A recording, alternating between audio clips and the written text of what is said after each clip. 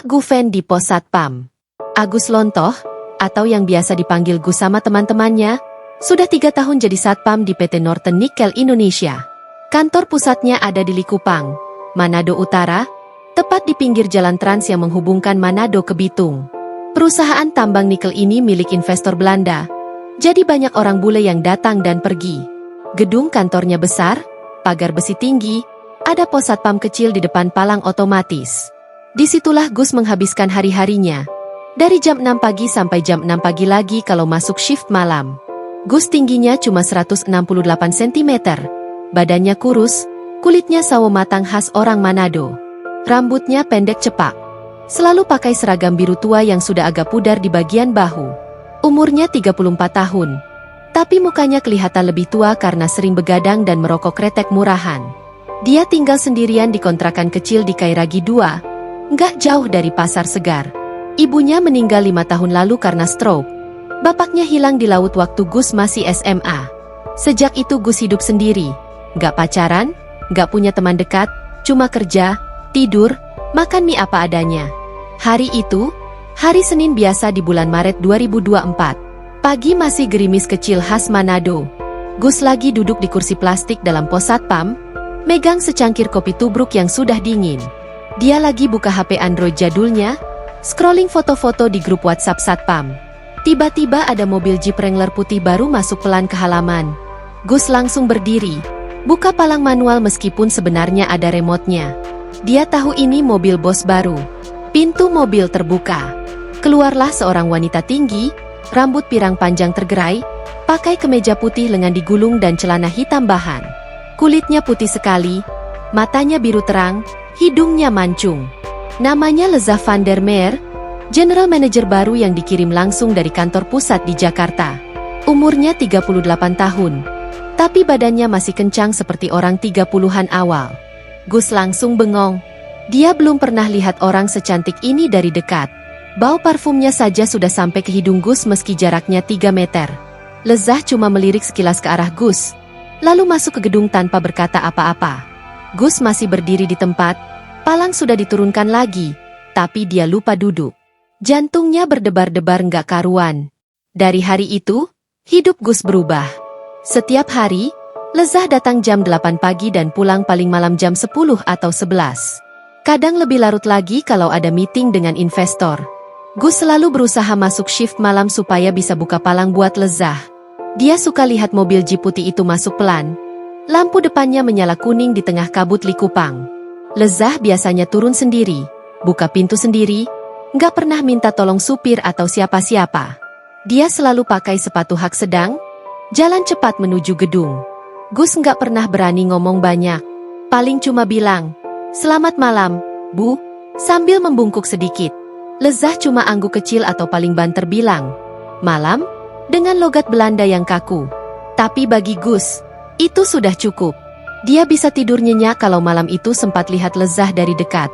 Di pos Satpam ada kaca besar yang menghadap parkiran eksekutif. Dari situ Gus sering ngintip. Dia lihat Lezah duduk di ruangannya lantai 2, lampu meja menyala, rambutnya diikat cepol, lagi baca laporan sambil minum kopi. Kadang Lezah berdiri, jalan mondar-mandir sambil telepon, tangannya gerak-gerak. Gus suka lihat gerakan tangan Lezah yang panjang dan putih itu. Dia nggak tahu kenapa, tapi tiap lihat Lezah, dadanya rasanya penuh. Suatu malam hujan deras. Listrik di site mati total. Semua orang sudah pulang kecuali Lezah yang masih di ruangan. Gus bawa senter besar, berdiri di bawah payung hitam depan pintu lobi. Jam 11 lewat, Lezah akhirnya keluar, tasnya basah, rambutnya agak acak-acakan. Dia kaget lihat Gus masih berdiri di situ. Gus langsung maju, sodorkan payungnya. Lezah cuma bilang, "Terima kasih," lalu jalan cepat ke mobilnya. Gus ikut lari kecil di samping, payungi Lezah sampai ke pintu mobil. Bau parfum Lezah bercampur bau hujan malam itu masuk ke hidung Gus. Dia sampai nggak bisa tidur semalaman, cuma rebahan di kasur kontrakan sambil senyum-senyum sendiri. Setelah kejadian payung itu, Gus mulai berani nyuri foto. Dia pakai HP Samsung jadulnya, zoom maksimal dari pos Satpam, ambil foto Lezah waktu turun dari mobil atau lagi ngobrol sama staf di parkiran. Fotonya buram, gelap, Tapi bagi Gus itu harta karun. Dia simpan di folder khusus yang dikasih password. Tiap malam sebelum tidur, Gus buka galeri, lihat foto-foto itu satu persatu. Dia nggak ngerti kenapa bisa jatuh cinta secepat ini sama orang yang bahkan nggak tahu nama lengkapnya. Gus mulai nanya-nanya ke teman satpam lain soal Lezah. Katanya Lezah sudah cerai. Anaknya satu ikut mantan suami di Belanda. Dia pindah ke Indonesia karena mau karir. Nggak mau balik ke Eropa dulu. Katanya Lezah orangnya tegas. Nggak suka basa-basi, tapi adil. Gus cuma mangut-mangut. Baginya, Lezah bukan cuma bos. Lezah adalah satu-satunya alasan dia masih betah kerja di tambang yang panas dan berdebu ini.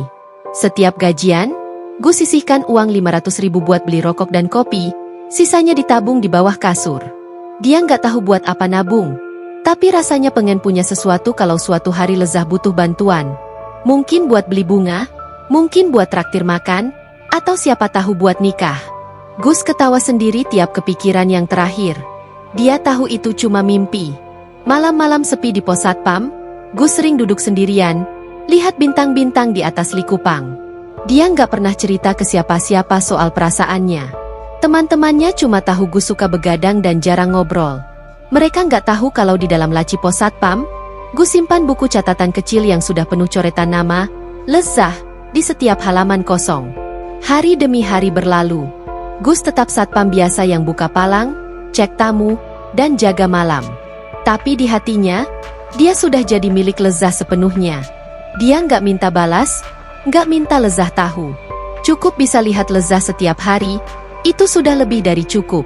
Sampai suatu hari di bulan Juni, kabar buruk mulai terdengar di antara karyawan. Lezah sering batuk-batuk, wajahnya pucat, sering bolak-balik rumah sakit. Tapi itu cerita untuk hari lain. Saat ini, Gus masih bahagia dengan rutinitas kecilnya. Buka palang, lihat Lezah turun dari jeep putih, dan pulang ke kontrakan dengan hati penuh. Penyakit yang datang tiba-tiba. Bulan Juli 2024, cuaca Manado mulai agak kering. Tapi udara di Likupang tetap panas dan berdebu karena truk-truk pengangkut nikel lelet-lelet lewat depan Site. Gus masih sama. Masuk shift malam hampir setiap hari supaya bisa ketemu Lezah. Tapi belakangan ini ada yang beda. Lezah mulai kelihatan capek. Matanya sering merah, kulit putihnya jadi agak kuning pucat, dan dia jarang sekali senyum lagi. Awalnya Gus kira Lezah cuma kecapean. Meeting banyak, investor dari Belanda datang 2 kali dalam sebulan, laporan ke pusat Jakarta selalu telak. Tapi lama-lama Gus perhatikan hal-hal kecil. Lezah mulai pakai masker kalau keluar ruangan. Kadang dia batuk-batuk pelan sampai badannya goyang. Pernah Gus lihat Lezah duduk di tangga lobi sendirian. Tangannya megang pinggang, mukanya meringis kesakitan. Gus pengen banget nyamperin, tapi kakinya kayak ditahan tembok. Dia cuma berdiri di pos satpam, megang senter mati, nggak tahu harus ngapain. Kabar resmi akhirnya keluar di pertengahan Agustus. Teman Gus yang kerja di bagian HR, namanya Doni, cerita pas lagi ngopi di warung dekat Site. Katanya Lezah kena gagal ginjal stadium akhir. Sudah cuci darah 2 kali seminggu di RS Siloam Manado. Dokter bilang ginjalnya rusak parah karena penyakit autoimun yang baru ketahuan. Kalau nggak cepat dapat donor ginjal, paling banter 2 tahun lagi. Gus mendengar kabar itu sambil megang gelas kopi yang sudah dingin. Dadanya rasanya ditusuk pisau. Malam itu dia nggak bisa tidur. Dia berbaring di kasur tipis kontrakannya. Matanya menatap langit-langit yang berjamur, pikirannya penuh Lezah. Dia ingat wajah Lezah yang dulu cerah, sekarang pucat seperti kertas. Dia ingat senyum kecil Lezah waktu Gus payungi dia di tengah hujan. Semua itu rasanya mau hilang. Besoknya Gus langsung buka Google di HP-nya. Dia cari apa itu gagal ginjal, apa itu donor ginjal hidup, syarat apa saja. Dia baca sampai mata perih. Golongan darah Lezah ternyata O positif. Sama persis sama Gus. Gus pernah donor darah waktu ada kegiatan perusahaan tahun lalu, jadi dia yakin. Dia baca lagi soal tes kecocokan jaringan, HLA, crossmatch. Semakin dibaca, semakin Gus yakin dia harus coba. Malam itu juga Gus ke ATM, cek tabungan. Ada 13 juta rupiah, hasil nabung 3 tahun tanpa liburan, tanpa beli baju baru, tanpa nongkrong. Uang itu sebenarnya buat beli tanah kecil di kampung kalau nanti pensiun. Tapi sekarang Gus nggak peduli lagi. Dia tarik semua uangnya, Masukin ke dompet lusuh. Besok pagi langsung ke RS Siloam. Pagi-pagi sekaligus naik angkot ke Paal 2, turun di depan Siloam. Dia pakai seragam satpam yang sudah dicuci bersih. Sepatu hitamnya dipoles kinclong. Di loket dia bilang mau tes golongan darah dan konsultasi transplantasi ginjal. Petugasnya kaget lihat satpam mau tes mahal sendiri. Tes HLA dan crossmatch butuh biaya hampir 10 juta. Gus bayar cash tanpa nego. Sambil nunggu hasil, Gus bolak-balik site dan rumah sakit. Dia tetap masuk shift malam, tetap buka palang buat Lezah. Tapi sekarang matanya lebih berani menatap Lama. Lezah mulai perhatikan. Pernah suatu malam Lezah turun dari mobil. Jalan pelan banget karena capek habis cuci darah. Gus langsung keluar dari pos, buka payung meski nggak hujan, ikut Lezah sampai lobi. Lezah cuma diam, tapi dia nggak nolak. 2 minggu kemudian hasil tes keluar. Gus ambil amplop di bagian lab, tangannya gemetar. Dia duduk di bangku taman rumah sakit, buka perlahan. Tertulis angka-angka yang dia nggak ngerti, tapi kalimat terakhir dari dokter jelas, kecocokan hampir sempurna, 66 HLA match, cross-match negatif. Sangat jarang terjadi pada donor tidak saudara. Gus langsung menangis di situ juga. Nangis sambil senyum. Dia nggak peduli orang-orang pada lihat. Malam itu Gus pulang ke kontrakan, duduk di lantai, buka buku catatan kecilnya.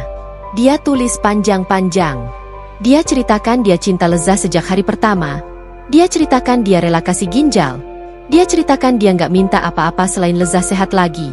Tulisannya jelek, tinta bolpen murah, tapi dia tulis sampai habis 3 halaman.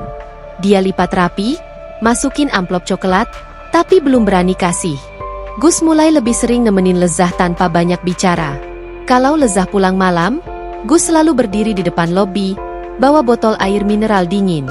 Lezah mulai biasa ambil botol itu tanpa ngomong terima kasih. Kadang Lezah duduk sebentar di bangku depan site. Gus berdiri agak jauh, jaga supaya nggak ada yang ganggu. Lezah pernah lihat Gus dari kejauhan, matanya seperti mau bilang sesuatu, tapi akhirnya cuma mengangguk pelan. Gus jual motor Honda Supra bututnya ke tetangga kontrakan. Dapat 4,5 juta. Dia jual HP Samsung jadulnya juga, ganti yang lebih murah. Uangnya dia simpan buat biaya operasi kalau nanti Lezah setuju. Dia nggak cerita ke siapa-siapa. Teman-temannya cuma lihat Gus makin kurus, matanya cekung, tapi tetap masuk kerja, tetap senyum kalau ditanya. Setiap malam sebelum tidur, Gus sekarang punya ritual baru. Dia duduk di teras kontrakan, lihat bintang, bisik sendiri. Tuhan, kalau memang ginjal saya bisa nyawa Bu Lezah, ambil saja. Saya nggak takut. Abis itu dia tidur nyenyak. Mimpi Lezah sehat lagi, jalan di Boulevard Manado, rambut pirangnya berkibar ditiup angin laut. Di site, rumor mulai beredar. Ada yang bilang Lezah sudah cari donor di Belanda, tapi antreannya panjang. Ada yang bilang perusahaan siap bayar donor kalau ada yang cocok. Gus dengar semua itu, tapi dia diam saja. Dia tahu dia punya kesempatan yang gak dimiliki orang lain. Dia cuma nunggu waktu yang pas buat bilang. Hari-hari berlalu dengan cepat. Lezah makin sering masuk rumah sakit. Kadang dia nggak masuk kantor berhari-hari. Gus tetap jaga pos malam, buka palang buat mobil lain, tapi hatinya kosong kalau Jeep putih nggak muncul. Dia tahu waktunya semakin sempit. Satu malam di akhir September, hujan deras lagi. Lezah pulang jam 1 malam, badannya basah kuyup karena lupa bawa payung. Gus lari keluar pos, payungi Lezah sampai mobil. Kali ini Lezah berhenti sebentar di bawah payung, lihat Gus lama. Matanya berkaca-kaca. Gus cuma bisa senyum kecil, gak tahu harus bilang apa. Malam itu Gus pulang ke kontrakan, buka amplop coklat yang berisi hasil tes dan surat cintanya. Dia pegang erat-erat, tahu sebentar lagi dia harus kasih. Dia nggak takut mati. Dia cuma takut Lezah nolak. Rahasia yang disimpan rapat. Oktober 2024, musim hujan mulai datang lebih sering di Manado. Jalan Trans Likupang sering banjir kecil. Truk-truk nikel nyelonong bikin lumpur berceceran sampai ke pos satpam. Gus tetap masuk shift malam. Badannya semakin kurus karena makan cuma sekali sehari. Uang tabungannya sudah tinggal sedikit. Tapi dia nggak peduli. Yang ada di kepalanya cuma satu. Lezah harus tahu soal hasil tes itu sebelum terlambat. Gus sekarang punya kebiasaan baru. Setiap habis shift pagi, Dia naik angkot ke RS Siloam, duduk di bangku taman depan poli ginjal, nunggu Lezah datang cuci darah. Dia nggak pernah masuk ruangan, cuma duduk dari jauh, lihat Lezah jalan pelan pakai masker, tangan kanannya megang tiang infus portabel. Kadang Lezah naik taksi online, kadang diantar supir kantor. Gus cuma ngeliatin, pastikan Lezah masuk dengan selamat, baru pulang tidur. Amplop coklat berisi hasil tes dan surat sudah dia bawa kemana-mana. Kadang disimpan di saku seragam, kadang di dalam dompet, kadang di bawah bantal. Gus takut kehilangan. Dia sudah hafal isi suratnya, tapi tetap baca ulang tiap malam. Dia takut kalau tiba-tiba Lezah nggak ada lagi sebelum dia berani kasih. Lezah mulai sering minta tolong Gus tanpa banyak kata. Kalau driver kantor libur, Lezah telepon bagian security minta Gus antar ke Bandara Sam Ratulangi. Gus selalu siap. Dia pinjam motor temen, pakai helm lusuh, jemput Lezah di lobi.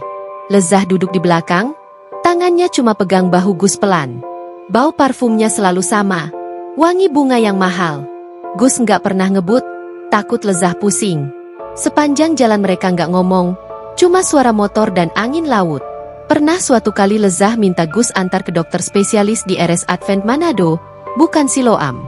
Gus tahu itu dokter transplantasi terbaik di Sulawesi Utara. Di perjalanan pulang, Lezah duduk di belakang, tiba-tiba kepalanya nyender di punggung Gus. Gus kaget, hampir oleng. Tapi dia cuma diam, nambah pelan gasnya, nikmatin detik-detik itu.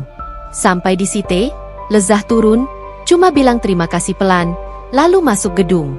Gus berdiri lama di parkiran, gak mau lepas helm, takut orang lihat dia lagi senyum lebar. Gus mulai bantu Lezah di kantor tanpa diminta. Kalau ada barang berat dari mobil, Gus yang angkat sendiri. Kalau Lezah lupa bawa jaket dan malam dingin, Gus kasih jaket seragam cadangannya. Lezah mulai biasa terima bantuan itu. Kadang dia lihat Gus lama, seperti mau tanya sesuatu, tapi akhirnya cuma mengangguk. Suatu malam di akhir Oktober, Lezah pulang sangat larut. Jam 1 lewat. Hujan deras sekali. Gus berdiri di depan lobi, payung besar di tangan. Lezah turun dari mobil taksi, badannya basah separuh, mukanya pucat banget. Gus langsung lari, payungi Lezah sampai ke jeepnya. Tapi kali ini Lezah nggak langsung masuk mobil. Dia berdiri di bawah payung, lihat Gus lama. Matanya merah, seperti habis nangis. Gus cuma diam, pegang payung erat-erat. Malam itu Lezah masuk mobil, tapi jendela diturunkan. Dia lihat Gus masih berdiri di hujan. Gus balik ke pos satpam, badannya basah kuyup. Di dalam pos, dia buka laci, ambil amplop coklat. Dia pegang lama, lalu masukin ke saku jaket. Dia tahu besok dia harus kasih, apapun caranya. Besoknya Lezah nggak masuk kantor. Katanya masuk rumah sakit lagi.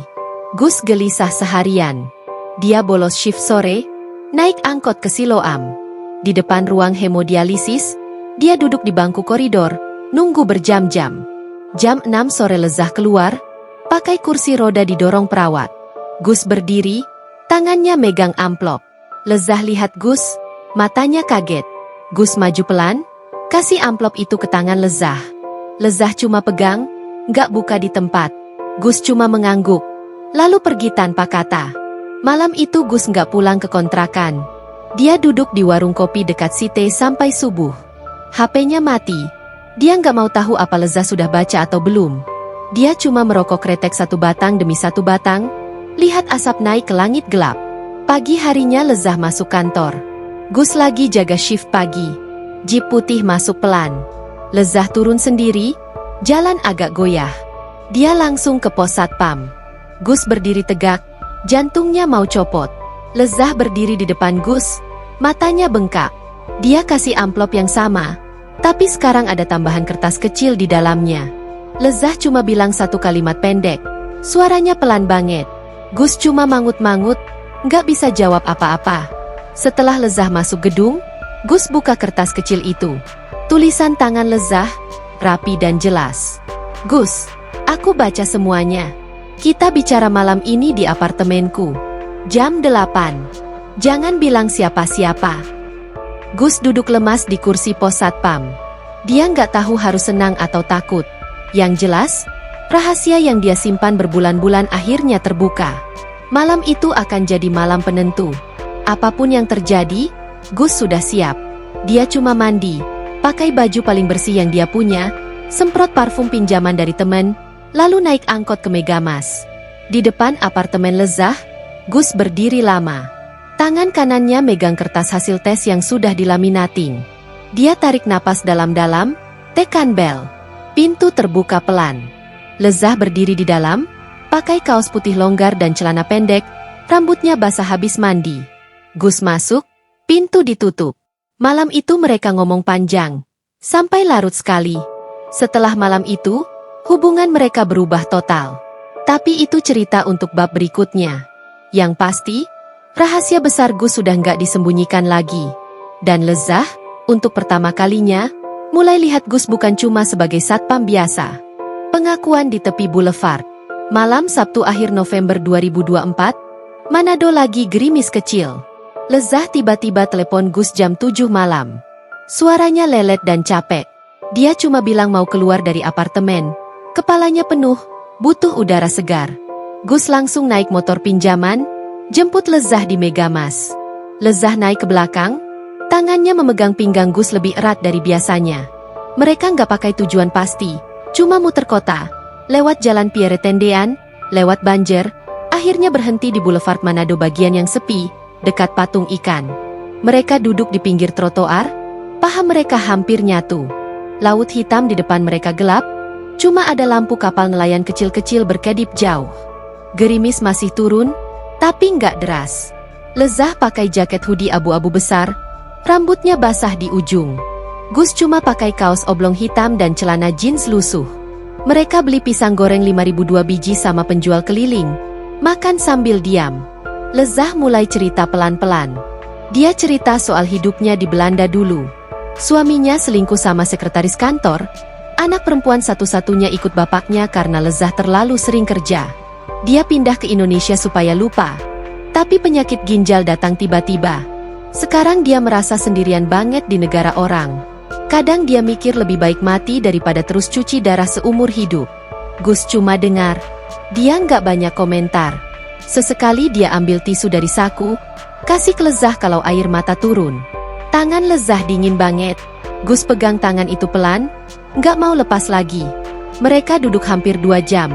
Pisang goreng sudah habis, hujan berhenti, angin laut mulai kencang.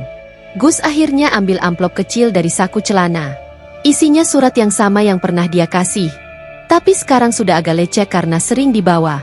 Dia kasih ke Lezah tanpa kata. Lezah buka, baca ulang di bawah lampu jalan kuning. Matanya berkaca-kaca lagi. Dia baca bagian yang Gus tulis besar. Saya rela kasih ginjal saya supaya Bu Lezah bisa hidup normal lagi. Saya nggak minta balasan apa-apa. Cuma mau lihat Bu Lezah sehat dan senyum lagi. Lezah selesai baca, dia lipat kertasnya pelan, masukin ke saku hoodie. Lalu dia lihat Gus lama. Tangan kirinya naik, pegang pipi Gus yang sudah agak cekung. Jari-jarinya dingin, tapi Gus rasanya panas seluruh badan. Lezah tarik kepala Gus pelan, peluk dia erat. Gus balas peluk, tangannya memeluk punggung Lezah yang kurus. Mereka peluk lama di trotoar itu, nggak peduli ada motor lewat atau orang-orang pada lihat. Setelah itu mereka mulai pacaran diam-diam. Lezah minta supaya nggak ada yang tahu di kantor. Gus setuju. Mereka ketemu cuma malam-malam, atau kalau Lezah butuh diantar ke dokter. Gus sekarang boleh masuk apartemen Lezah di Megamas. Apartemennya luas, lantai 12, pemandangan laut Manado langsung. Gus selalu kagok waktu masuk, takut sepatunya kotorin lantai keramik putih. Lezah cuma ketawa kecil, suruh Gus lepas sepatu dan duduk santai. Mereka sering duduk di sofa besar, nonton Netflix pakai bahasa Belanda yang Gus nggak ngerti, tapi dia senang aja. Lezah suka nyender kepalanya di bahu Gus. Kadang tangan Lezah mainin jari-jari Gus yang kasar. Gus nggak pernah minta lebih. Dia cuma senang bisa pegang tangan Lezah, cium keningnya kalau Lezah lagi capek. Lezah mulai cerita lebih banyak soal penyakitnya. Dokter bilang kalau dapat donor cocok dalam 6 bulan, peluang hidupnya tinggi. Kalau lelet, ginjalnya bakal rusak total. Lezah sudah daftar antrean donor di Belanda, tapi antreannya bertahun-tahun. Dia juga cari donor bayaran di Jakarta, tapi takut ginjalnya dari orang miskin yang terpaksa jual organ. Gus cuma dengar, lalu bilang pelan bahwa dia siap kapan saja. Suatu malam di awal Desember, mereka lagi duduk di balkon apartemen. Lezah tiba-tiba pegang tangan Gus erat-erat. Dia bilang dia sudah putuskan terima ginjal dari Gus. Dokter di RS Kando sudah oke. Jadwal operasi bisa diatur Januari 2025. Gus cuma mangut-mangut, matanya berkaca-kaca. Dia nggak bisa bicara, cuma peluk Lezah dari belakang, dagunya nyender di kepala Lezah yang wangi shampoo. Malam itu mereka tidur satu kasur untuk pertama kali. Lezah pakai piyama putih tipis, Gus cuma pakai kaos dan boxer. Mereka pelukan erat di bawah selimut tebal, nggak ada yang berani gerak lebih jauh dulu. Cuma peluk dan ciuman kecil di kening, pipi, bibir. Gus rasanya seperti mimpi. Dia nggak nyangka hidupnya yang biasa-biasa saja bisa sampai begini. Setelah malam itu, hubungan mereka makin dekat. Lezah mulai panggil Gus, sayang, kalau mereka berdua saja. Gus masih malu-malu, cuma balas, iya, Bu, atau iya, Les. Mereka mulai rencanakan masa depan. Lezah janji kalau operasi berhasil, dia bakal ajuin Gus pindah divisi supaya nggak jadi satpam lagi. Dia juga bilang mau bawa Gus ke Belanda, ketemu anaknya, mulai hidup baru berdua. Gus cuma senyum, nggak banyak ngomong. Dia tahu semua itu cuma mungkin kalau dia selamat dari operasi. Gus mulai siap-siap fisik. Dia berhenti merokok total. Makan lebih banyak ikan bakar dan sayur Coldplay supaya badannya kuat. Dia juga olahraga lari pagi di boulevard tiap hari Minggu. Lezah sering ikut, jalan pelan di samping Gus, pakai topi besar dan kacamata hitam. Orang-orang pada lihat, tapi nggak ada yang tahu mereka pacaran. Di kantor, mereka tetap pura-pura biasa. Lezah tetap bos tegas, Gus tetap satpam biasa yang buka palang. Cuma kadang Lezah sengaja lewat pos satpam, kasih senyum kecil yang cuma Gus ngerti. Gus simpan senyum itu seharian, jadi bahan bakar buat kerja. Desember berlalu cepat. Natal dan Tahun Baru mereka lewatin berdua di apartemen. Lezah masak pasta carbonara, Gus bawa ikan bakar woku dari warung favoritnya. Mereka makan sambil lihat kembang api dari balkon. Lezah peluk Gus dari belakang, dagunya di bahu Gus. Mereka nggak banyak ngomong, tapi dua-duanya tahu, sebentar lagi hidup mereka bakal berubah total. Operasi sudah di depan mata. Gus sudah nggak takut, dia cuma mau Lezah sehat. Sisanya biar Tuhan yang atur. Operasi dan janji manis. Januari 2025 tiba dengan cepat. Operasi transplantasi ginjal dijadwalkan tanggal 15 Januari di RS Profesor Dr. RD Kando Manado, ruang operasi khusus transplantasi lantai 4. Gus dan Lezah sudah bolak-balik rumah sakit untuk cek terakhir. Darah, jantung, paru-paru, semua dinyatakan siap. Dokter bilang peluang keberhasilan di atas 95% karena kecocokan jaringan hampir sempurna. Lezah bakal dapat ginjal kanan Gus, yang ternyata lebih sehat dari ginjal kirinya. 2 hari sebelum operasi, LED 849 minta Gus nginep terus di apartemen Megamas. Gus bawa tas kecil berisi baju ganti 3 setel, sikat gigi, dan buku catatan kecilnya. Malam pertama mereka resmi tinggal bareng. Lezah masak steak sederhana pakai daging impor dari supermarket. Mereka makan di meja makan kaca, lihat lampu kota Manado dari lantai 12. Habis makan, Lezah tarik tangan Gus ke kamar.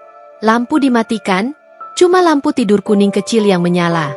Malam itu mereka tidur bersama tanpa baju. Kulit Lezah putih dan dingin, kulit Gus sawo matang dan panas. Mereka peluk erat, tangan Gus jelajahi punggung Lezah yang halus, tangan Lezah pegang dada Gus yang kurus tapi berotot kecil. Mereka ciuman lama, napas berat, badan saling menempel. Gus masuk ke dalam Lezah pelan-pelan, takut sakiti. Lezah cuma pegang punggung Gus erat-erat, kakinya melingkar di pinggang Gus. Mereka gerak pelan, nggak buru-buru, nikmatin setiap detik. Habis selesai, mereka tetap pelukan, keringat bercampur, napas masih ngos-ngosan. Lezah cium kening Gus berkali-kali, bisik pelan bahwa dia nggak akan pernah lupa malam ini. Paginya mereka bangun jam 10. Lezah masak telur mata sapi dan roti bakar. Mereka makan sambil pegangan tangan. Lezah bilang kalau operasi berhasil, dia bakal ajukan cuti panjang, bawa Gus ke Belanda, nikah di sana secara sederhana, cuma keluarga kecil. Gus cuma senyum, angguk-angguk. Dia nggak banyak minta, yang penting Lezah sehat. Tanggal 14 Januari mereka masuk rumah sakit untuk persiapan akhir. Gus dan Lezah dapat kamar rawat inap berdampingan di lantai VIP. Malam sebelum operasi, perawat pasang infus dan kasih obat penenang. Lezah minta izin masuk kamar Gus. Dia pakai baju pasien biru, rambut diikat, wajah tanpa make up tapi tetap cantik. Mereka duduk di ranjang Gus, pegangan tangan erat.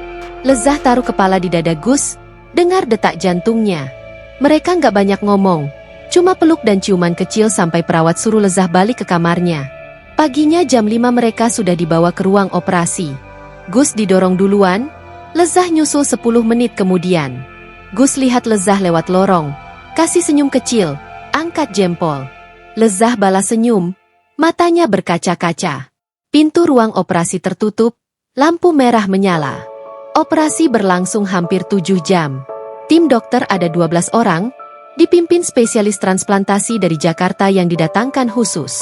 Ginjal kanan Gus diambil lewat sayatan kecil di perut kanan bawah, langsung dipindah ke tubuh Lezah. Prosesnya lancar.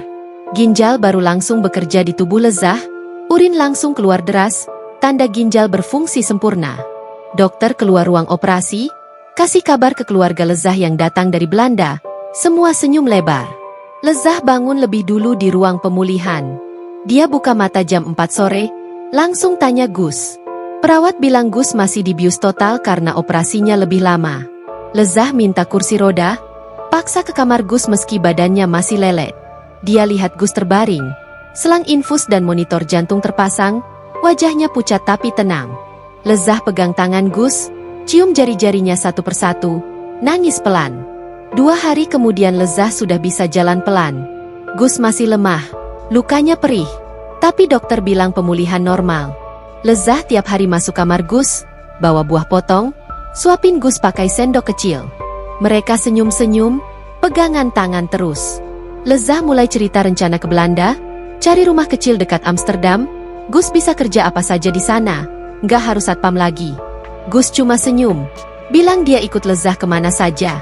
Hari kelima pasca operasi, Gus sudah bisa duduk dan makan nasi sedikit. Lezah bawa kue ulang tahun kecil. Meski bukan ulang tahun siapa-siapa, cuma alasan buat tiup lilin bareng. Mereka tiup lilin, peluk lagi di ranjang rumah sakit. Gus rasanya hidupnya sudah lengkap. Ginjalnya sekarang ada di tubuh Lezah. Berarti dia dan Lezah benar-benar satu. Dokter bilang Lezah boleh pulang minggu depan, Gus 2 hari setelahnya. Lezah sudah telepon kantor pusat, minta cuti 3 bulan penuh. Tiket ke Belanda sudah dibeli untuk bulan Maret. Gus cuma bawa paspor biru yang baru dibikin. Nggak punya apa-apa lagi selain Lezah. Malam terakhir di rumah sakit, Lezah minta izin nginep di kamar Gus. Perawat pura-pura nggak lihat. Mereka tidur berdampingan di ranjang sempit. Pelukan erat meski perut masih perih. Lezah cium bekas jahitan Gus, bilang terima kasih berkali-kali. Gus cium kening Lezah, bilang dia nggak menyesal sama sekali. Pagi harinya dokter visit terakhir. Semua normal. Lezah sudah bisa jalan cepat. Wajahnya cerah kembali, kulitnya nggak pucat lagi. Gus masih pelan-pelan, tapi dokter bilang 1 ginjal cukup buat hidup normal. Mereka salaman sama dokter, foto bareng tim operasi. Lezah peluk dokter satu persatu, nangis bahagia. Siang itu mereka keluar rumah sakit bareng. Lezah pakai kacamata hitam besar, Gus pakai kaos longgar supaya nggak gesek luka. Mobil jeep putih sudah nunggu di depan lobi. Supir kantor buka pintu, mereka naik ke belakang, pegangan tangan sepanjang jalan ke Megamas.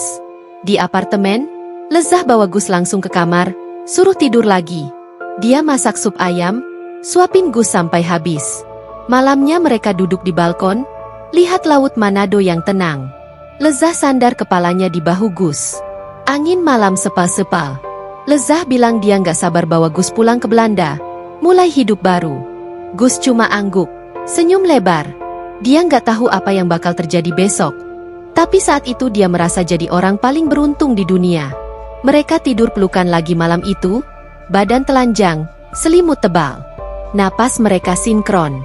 Di dalam tubuh Lezah, ginjal dari Gus bekerja dengan baik, menyaring darah, memberi kehidupan baru. Gus tertidur dengan senyum. Mimpi mereka berjalan diuk di jalanan Amsterdam, tangan bergandengan, langit biru di atas kepala. Sementara itu, tanpa mereka sadari, ginjal kiri Gus yang tersisa mulai menunjukkan tanda-tanda kecil yang aneh. Tapi itu baru akan ketahuan beberapa hari lagi. Komplikasi yang tak terduga. Hari ke-10 setelah operasi, Lezah sudah kembali ke apartemen dan bergerak hampir normal. Dia bisa masak sendiri, jalan kaki ke minimarket di lantai bawah, bahkan mulai olahraga ringan di treadmill kecilnya. Wajahnya cerah, matanya kembali biru terang, pipinya mulai ada warna merah lagi. Setiap pagi dia cek urin, selalu jernih dan banyak, tanda ginjal baru dari Gus bekerja dengan sangat baik. Gus pulang ke apartemen Lezah 2 hari setelah Lezah. Awalnya dia senang banget bisa tidur satu kasur lagi sama Lezah setiap malam. Tapi mulai hari ketiga di rumah, badan Gus terasa aneh. Perut kirinya kadang nyeri tumpul, air kencingnya agak keruh, dan kakinya mulai bengkak sedikit di malam hari. Gus nggak bilang apa-apa ke Lezah. Dia takut Lezah khawatir. Dia cuma minum obat penghilang nyeri yang diresepkan dokter dan tetap senyum. Hari ke-15, nyeri makin sering. Gus bangun pagi-pagi, muka pucat, keringat dingin. Dia ke kamar mandi, buang air kecil, warnanya coklat kemerahan. Dia panik, tapi tetap diam. Dia cuci muka, balik ke kasur, peluk Lezah dari belakang pura-pura masih tidur. Lezah nggak curiga, malah balik badan, cium pipi Gus. Bilang dia mau ke dokter kontrol sore ini sendirian karena Gus kelihatan capek. Sore itu Lezah pergi ke RS Kando. Gus janji nunggu di apartemen. Tapi begitu Lezah pergi, nyeri datang hebat banget sampai Gus meringis di lantai. Dia telepon Doni, teman satpam yang paling dekat, minta tolong antar ke IGD. Doni datang pakai motor, lihat Gus sudah lemas banget, langsung bawa ke Kando. Di IGD, dokter langsung periksa. Darah Gus diambil, USG darurat dilakukan. Hasilnya keluar cepat. Ginjal kiri Gus membengkak besar, penuh kista-kista kecil yang baru kelihatan sekarang. Nama penyakitnya polycystic kidney disease. Penyakit turunan yang selama ini diam saja karena ginjal kanan masih kuat. Setelah ginjal kanan diambil, ginjal kiri yang ternyata sudah sakit dari dulu langsung kewalahan. Infeksi berat juga masuk lewat luka operasi. Kreatinine darah Gus melonjak tinggi, tanda ginjal hampir gagal total. Dokter langsung masukkan Gus ke ICU. Infus besar, antibiotik dosis tinggi, dan cuci darah darurat dilakukan malam itu juga. Lezah datang dari polikontrol, lihat Gus sudah penuh selang di ruang kaca, langsung lemas di lantai. Dia nangis histeris sampai perawat harus kasih obat penenang. Malam itu Lezah duduk di depan kaca ICU, nggak mau pulang. Dia telepon adiknya di Belanda, minta tolong cari donor ginjal secepatnya untuk Gus. Keluarga Lezah langsung gerak, hubungi rumah sakit di Amsterdam, siap bayar berapapun. Tapi dokter di Manado bilang kondisi Gus terlalu lemah untuk dipindah ke luar negeri sekarang. Hari demi hari kondisi Gus naik turun. Kadang dia sadar sebentar, buka mata, lihat Lezah di balik kaca, senyum tipis. Lezah selalu pakai baju yang sama 3 hari. Rambut acak-acakan, mata bengkak. Dia cuma masuk sebentar kalau dokter izinkan, pegang tangan Gus, cium jidatnya yang panas. Hari ke-9 di ICU, dokter bilang infeksi mulai terkontrol, tapi ginjal kirinya sudah rusak permanen. Gus harus cuci darah seumur hidup kalau survive. Lezah nangis lagi. Dia sudah siap jual apartemen, siap bayar cuci darah Gus selamanya. Tapi dokter juga bilang ada risiko sepsis berat yang masih mengintai. Malam itu Gus sadar lebih lama. Dia minta perawat buka kaca sebentar. Lezah masuk, duduk di samping ranjang, pegang tangan Gus yang dingin. Gus cuma bisa bisik pelan. Suaranya serak karena selang tenggorokan baru dilepas. Dia bilang dia nggak menyesal, dia senang Lezah sehat. Dia minta Lezah jangan sedih terlalu lama. Lezah cuma nangis. Kepalanya di dada Gus, basahi baju pasien dengan air mata. 2 hari berikutnya kondisi Gus membaik sedikit. Dia dipindah ke ruang rawat biasa. Lezah tetap nemenin 24 jam, tidur di sofa kecil. Dia suapin Gus bubur, ganti pampers kalau Gus nggak kuat ke kamar mandi. Gus cuma bisa senyum lemah setiap kali Lezah cium keningnya. Dokter mulai bicara soal transplantasi lagi. Kali ini untuk Gus. Tapi antrean donor di Indonesia panjang, dan tubuh Gus masih terlalu lemah untuk operasi besar. Lezah telepon setiap hari ke Belanda, minta update. Keluarga Lezah sudah daftarkan Gus di daftar tunggu Eropa. Tapi tetap butuh waktu berbulan-bulan. Hari ke-23 pasca operasi pertama, tiba-tiba tekanan darah Gus jatuh drastis. Infeksi balik lagi. Kali ini masuk ke paru-paru dan jantung. Dokter masukkan Gus kembali ke ICU, intubasi lagi. Lezah sudah nggak bisa nangis lagi. Matanya kering, cuma duduk lemas di kursi plastik. Malam itu dokter panggil Lezah ke ruang khusus. Mereka bilang organ Gus mulai gagal satu persatu. Hati, paru, otak, semua terdampak sepsis berat. Peluang hidup tinggal sedikit. Lezah cuma mengangguk, nggak bisa bicara. Dia masuk ke ICU, pegang tangan Gus yang sudah dingin. Mesin ventilator bunyi monoton. Monitor jantung masih berdenyut pelan. Lezah duduk sampai pagi. Dia cium tangan Gus berkali-kali. Bisik berkali-kali bahwa dia cinta Gus, bahwa dia nggak akan lupa pengorbanan ini selamanya. Pagi harinya dokter datang lagi, lihat grafik, geleng pelan. Mereka kasih obat tambahan, tapi semua tahu waktunya sudah dekat. Gus sadar sebentar sekali lagi, cuma beberapa menit. Matanya buka tipis, lihat Lezah, bibirnya bergerak pelan. Lezah dekatkan telinga, dengar Gus bisik terakhir. Dia senang, dia nggak takut. Minta Lezah hidup bahagia. Habis itu mata Gus tertutup lagi. Mesin jantung masih berbunyi, tapi semakin lambat. Pukul 9.17 pagi, tanggal 7 Februari 2025, bunyi panjang keluar dari monitor. Dokter dan perawat masuk, cek, lalu matikan alat satu persatu. Lezah tetap pegang tangan Gus, nggak mau lepas. Dia cuma diam, air mata jatuh tanpa suara. Gus pergi dengan tenang. Wajahnya masih tersenyum kecil. Di dalam tubuh Lezah, ginjal dari Gus tetap bekerja dengan baik, seolah-olah masih berusaha melindungi Lezah sampai detik terakhir. Tidak ada pelangi. Pemakaman Gus diadakan 2 hari setelah dia meninggal, tanggal 9 Februari 2025. Tempatnya di pemakaman umum kecil di Kairagi 2, nggak jauh dari kontrakan lama Gus. Hujan gerimis dari pagi sampai siang, khas Manado di musim hujan. Cuma sekitar 20 orang yang datang. Teman-teman satpam, beberapa karyawan kantor, Doni yang nangis paling kencang, dan Lezah. Lezah datang pakai baju hitam polos panjang, kerudung hitam tipis menutupi rambut pirangnya, kacamata hitam besar. Dia berdiri paling depan, tepat di samping peti kayu sederhana yang ditutup kain putih. Tangan kanannya megang bunga mawar putih 1 tangkai. Tangan kiri megang buku catatan kecil Gus yang penuh coretan namanya. Dia nggak nangis keras, cuma diam, air mata jatuh pelan ke tanah kuburan yang basah. Upacara cepat. Pendeta dari gereking kecil dekat situ baca doa pendek.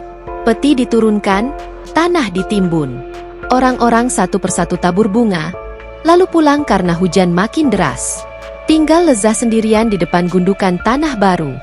Dia jongkok, letakkan mawar putih, lalu buka buku catatan Gus, baca 1 halaman terakhir yang ditulis Gus 2 hari sebelum operasi. Bu Lezah, kalau saya nggak ada nanti, tolong senyum terus. Jangan sedih lama-lama. Saya sudah senang banget bisa kasih sesuatu buat Bu. Lezah tutup buku, peluk ke dada, akhirnya nangis keras di situ sampai bajunya basah kuyup. Dia nggak peduli ada tetangga kontrakan Gus yang lihat dari jauh. Setelah pemakaman, Lezah tetap di Manado. Kontraknya sebagai YM masih ada setahun lagi. Tapi dia minta kerja dari rumah. Kantor kasih izin karena alasan kesehatan. Apartemen Megamas masih dia tempati, tapi sekarang terasa kosong banget. Setiap malam dia tidur peluk bantal Gus. Baju kaos oblong hitam Gus yang terakhir dipakai. Bau Gus masih ada samar-samar di kain itu. Setiap hari Minggu pagi, Lezah naik taksi ke makam Gus. Dia bawa pisang goreng hangat dari penjual di Boulevard, bunga mawar putih, dan botol air mineral. Dia duduk di depan nisan sederhana bertulisan, Agus Lonto 1990 hingga 2025. Buka bungkusan pisang goreng, taruh di atas nisan. Dia ngomong sendiri panjang-panjang, cerita apa yang dia lakukan hari itu. Cerita anaknya di Belanda sudah mulai telepon lagi, cerita ginjal Gus masih sehat banget di tubuhnya.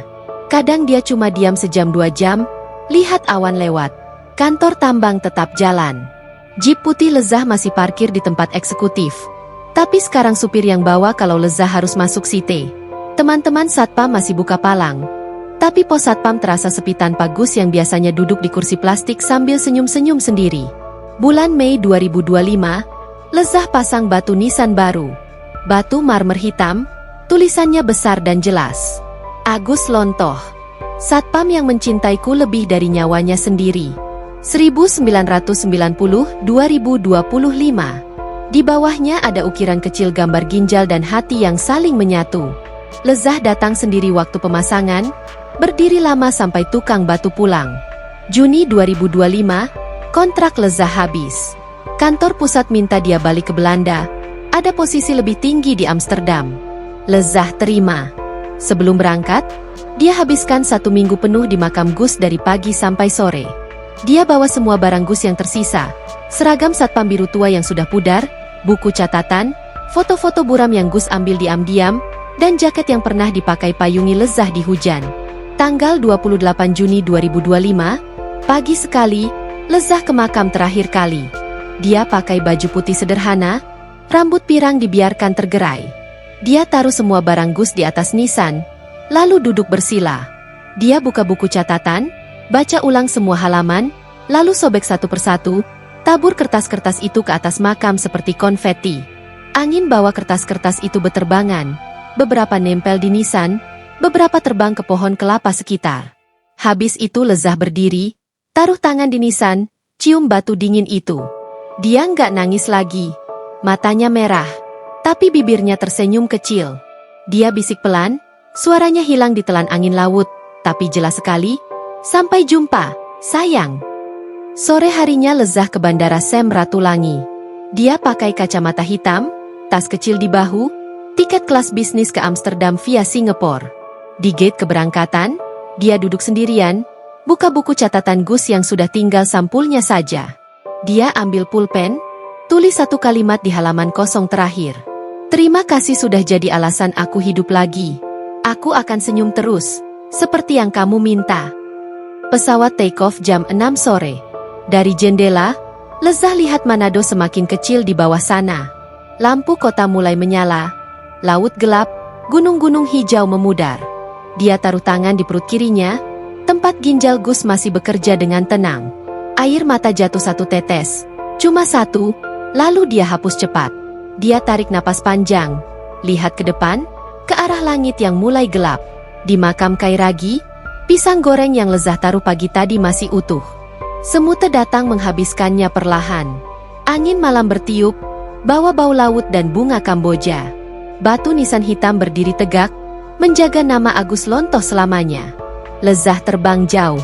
Gus tetap di sini. Cinta mereka selesai. Tapi ginjal itu masih berdetak di dalam tubuh Lezah. Setiap hari, setiap jam, setiap detik, sampai akhir hayatnya nanti.